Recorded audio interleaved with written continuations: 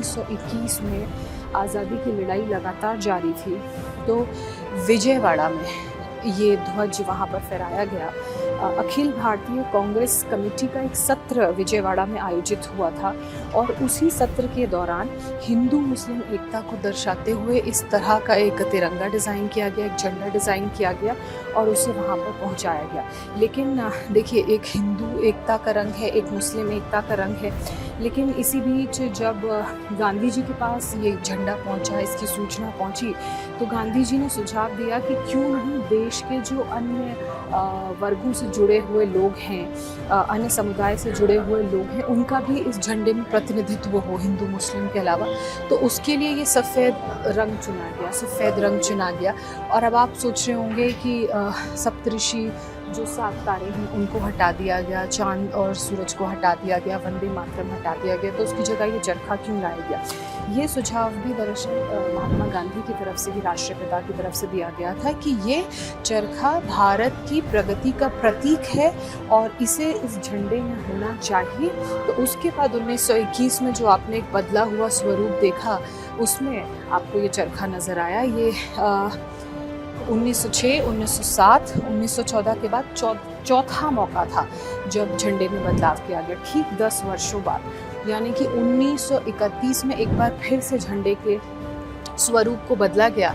और ये साल बहुत अहम है क्योंकि 1931 ही वो वर्ष है जब झंडे को अपनी आधिकारिक पहचान मिली, इसे ऑफिशियली एक्सेप्ट किया गया।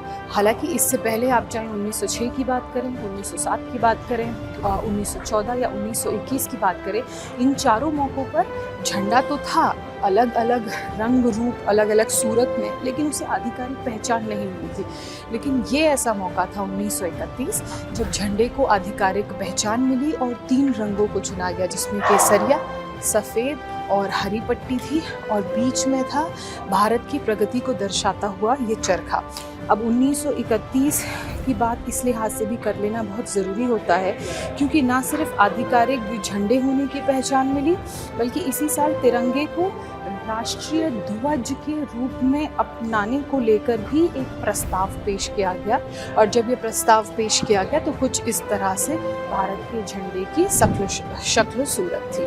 अब आता है 1947 का वो दिन जब, क्योंकि आज़ादी का जो संघर्ष था लंबे वक्त से चला आ रहा था और ये एक ऐसा वर्ष था निर्णायक जब ये तय हो गया था कि अब जो देश है वो अंग्रेज़ों से और इन्वेडर से पूरी तरह से आज़ाद हो रहा है।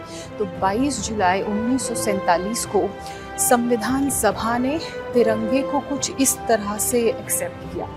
ये जो तिरंगे का फाइनल रूप है उसे एक्सेप्ट किया गया और आज भी इसी रूप में भारत का जो राष्ट्रीय ध्वज है वो फहराया जाता है। आपको केसरिया पट्टी, सफ़ेद पट्टी और हरी पट्टी दिख रही होगी, जो भारत में एकता, शांति, सौहार्द, समृद्धि का प्रतीक है। और बीच में जो बदलाव हुआ है वो ये कि ये चरखा हटा के यहाँ पे अशोक चक्र बना दिया गया, जो भारत की प्रगति को दर्शाता है। और उसके बाद से ये जो अशोक चक्र है ये अब इस झंडे का पूर्णतः हिस्सा है और ये झंडे का ऐसा मौजूदा स्वरूप है जो इस वक्त आप देख रहे हैं। आप भारत के राष्ट्रीय ध्वज के इस सफ़र के बारे में क्या सोचते हैं? जो मौजूदा भारत का तिरंगा है उसके बारे में क्या सोचते हैं? अपनी राय ज़रूर कमेंट पर हमारे इस वीडियो के नीचे लिखिएगा। और क्योंकि अब हम आज़ादी के 80वें साल में प्रवेश कर रहे हैं, ऐसे में भारत के 80वें स्वतंत्रता दिवस की आप सभी को बहुत बहुत शुभकामनाएं।